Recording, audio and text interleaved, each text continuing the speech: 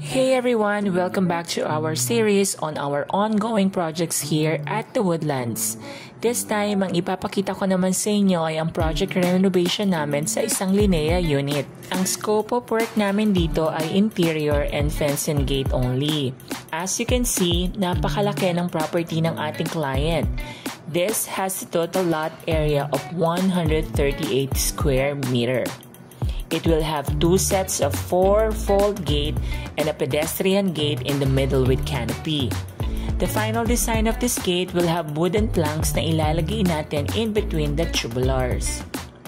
Look how spacious ang parking area ng ating client. They can fit almost 3 cars inside here. Kung mapapansin nyo din, hindi na nagpa-double walling si client sa existing firewall to save some expenses since hindi naman niya gagalawin ang area na ito. Now, let's go inside and see what's in here. Kung mapapansin nyo, binago din natin ang pinaka-main door natin here. Gumamit tayo ng solid mahogany door na may size na 90 by 220 cm. We will polish and prepare this door para sa final varnish design. This is the bar counter that will separate the kitchen from the dining area. Sa ating kisame, gumamit tayo ng Hardiflex for cove ceiling at dark mahogany PVC panels for the accent. We also use dark finish wooden fluted panels for the entire wall under the stairs na gagamitin as TV console or entertainment wall. As for the flooring, we use a 60 by 60 na porcelain tiles in ivory shade. Nagpa-install din si client ng drop light para sa kanyang bar counter. At para sa ating kitchen counter sink, gumamit tayo dito ng 80 cm 360 grade stainless steel double sink and single lever sink faucet mixer. Gumamit din tayo ng 60 by 60 porcelain tiles for our backsplash and kitchen counter. Since ang gagamitin ng ating client, the gas range is with built-in oven, we split the kitchen counter into 2. Kung mapapansin nyo rin na wala pa tayong kitchen cabinet sa area na ito, it's because si client na mismo ang magpapa-install sa napili niyang supplier. Here will be the best spot na pwedeng gamitin ni client para sa kanyang pantry area or pwede siyang magpa-install ng coffee nook combined like this.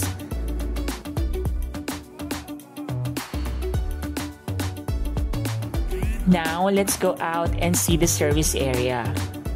Sa lugar na ito ay pwede nilang gawing laundry area since may nakaabang na din dito na faucet and drainage.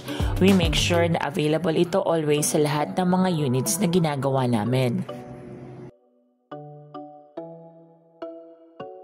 According to the client, eventually magpapalagay din sila dito ng roofing for covered garage. This is our lanai towards the dining area. Tara, pasok tayo! Now, let's go have a tour sa ating ground floor full toilet and bathroom. Here, kung mapapansin nyo, ginamit lang natin ang same fixtures nung na-turn over ang unit. The lavatory sink and toilet bowl were retained. Para sa ating wall tiles, gumamit tayo ng 60 by 60 porcelain na smooth finish in black marble design and rough finish on the floor. We also continue our wooden design ceiling here sa loob. Naglagay din tayo ng niche for storage of toiletries at we install a black rainfall shower system na supplied by the client. We leave this space under the stairs as their storage room to provide a secure, organized and designated space for items that are not needed for immediate use, offering benefits like decluttering and space para sa mga cleaning items nila, for example. Now, tignan naman natin kung anong meron sa taas. Para sa ating stairs, gumamit tayo ng wooden pattern design para sa ating stair steps. We retain the same railings at hindi na natin pinalitan ito.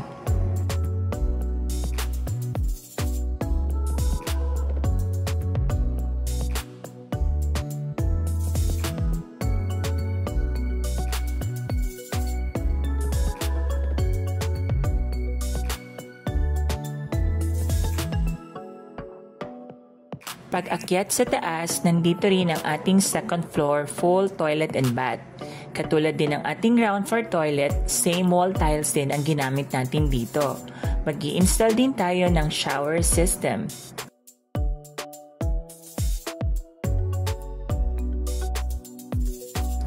Dito sa second floor, we managed to install a total of 3 bedrooms.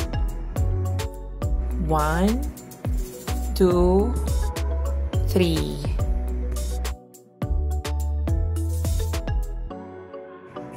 On our first bedroom, mapapansin nyo na meron tayong dalawang full-size window to provide natural light and offer ventilation para sa fresh air and better indoor air quality.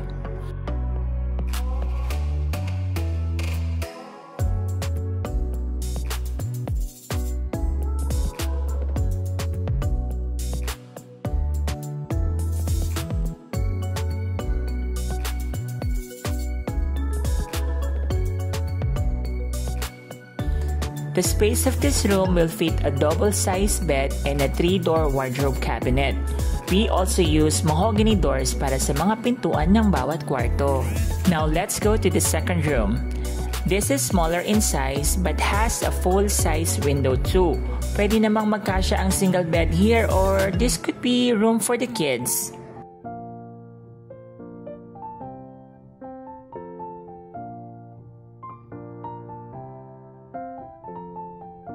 And lastly, to our final bedroom, again with 2 full-size window.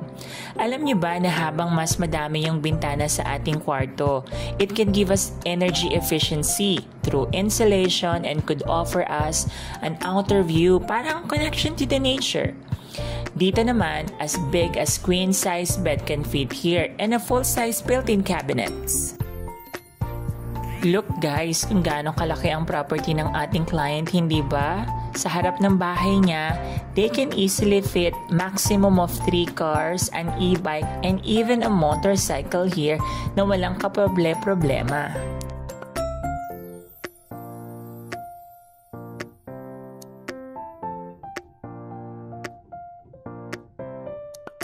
Dito naman sa stairs, nag-install din tayo ng chandelier light to add aesthetic appeal, especially na meron kang vertical hang window na katulad nito. Now, let's go down and back to our living area. As you can see, napakaganda ng ating ceiling at napakasimple ng tiles na nilagay natin sa ating flooring. We also install fluted panels para sa ating bar counter. This will elevate the design and go along with the overall theme ng bahay na ito.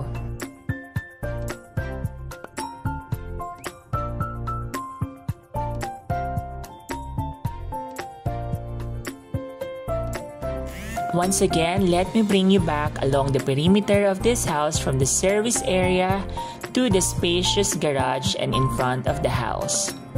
We are on the finishing stage now and almost near to the end of our renovation.